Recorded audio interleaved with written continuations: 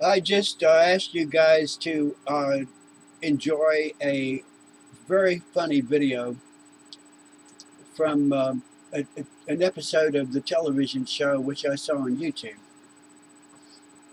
Deal with it, where the man is playing a prank on his wife for money at yoga class. And as you know, if you've seen the program, he has a microphone in his ear, and a couple of guys are watching out of the room via a camera, telling him what to do. And some of the people in the room are in on the prank. And the brunt of the joke, the object of the prank, is, in this case, his wife, who supposedly doesn't have a clue, apparently not, what's going on. And she's embarrassed by her husband's funny activity. But notice the setup. He's in on it, and he's been bribed. He's going to get money for pulling this prank on his wife. And the more extreme he can take this prank to the next level, is the way it's described, the more money he gets.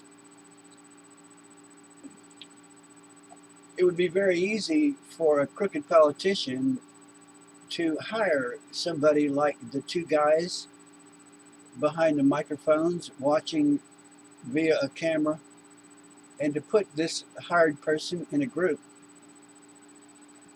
With that thought in mind, I distinctly remember Barack Obama's reaction to the cop who questioned a black man who was apparently a college professor at the black man's home. I don't remember the details why the cop was at the guy's home. And it's my understanding the cop acted in a normal fashion. It was his job to question. Let me see your ID, for example. And this black college professor was belligerent. And Obama immediately made a comment saying, quote, "The cop acted stupidly." Well, it turns out the cop had not acted stupidly, but Obama did not retract his comment. Plus, okay, number two, that was number one. Number two, I distinctly remember, let me say this first.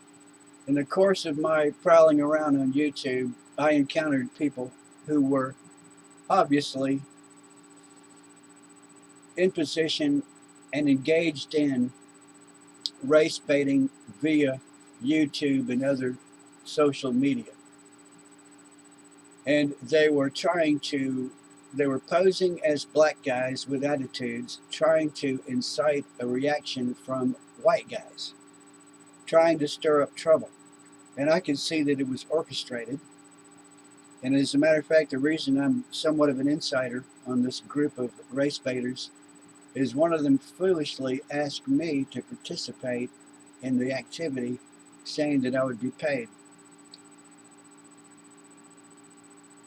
He said the pay would come from a non-profit organization.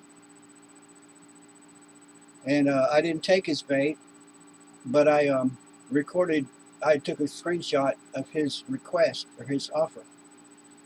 And for a short time, I held him hostage with this proof that I had.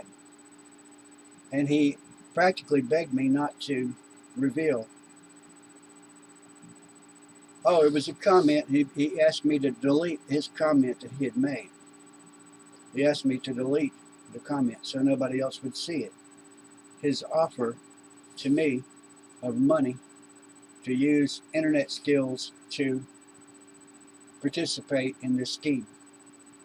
All right, and what I was going to say after that, I distinctly remember James Carville, that was Clinton's political advisor, saying years ago, as soon as Barack Obama was elected, saying that the people who opposed Obama's policies, whatever it may be, it's because those people are racist. And I'm thinking that's preposterous. There's not a shred of evidence that anybody's racist, and obviously your accusation does not hold any water. But I just want to point out that even at the beginning of Obama's reign, there was evidence of race baiting going on. All right, and then of course the Zimmerman shooting. Zimmerman shot this guy, a black fella, Trayvon Martin.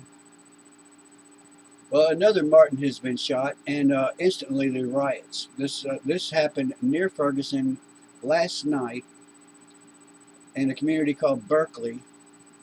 And I suspect all along there's a Wag the Dog situation going on. That black people are being set up, and probably white people are being set up. There is a conflict being orchestrated.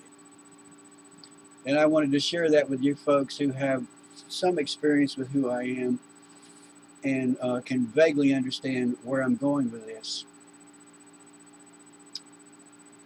So you're in a position, and I'm in a position, if I'm correct, to keep an eye on the guys behind the microphone who are talking to the guy in the room through an earpiece, who are watching via camera and creating a situation at a distance, and they remain unseen.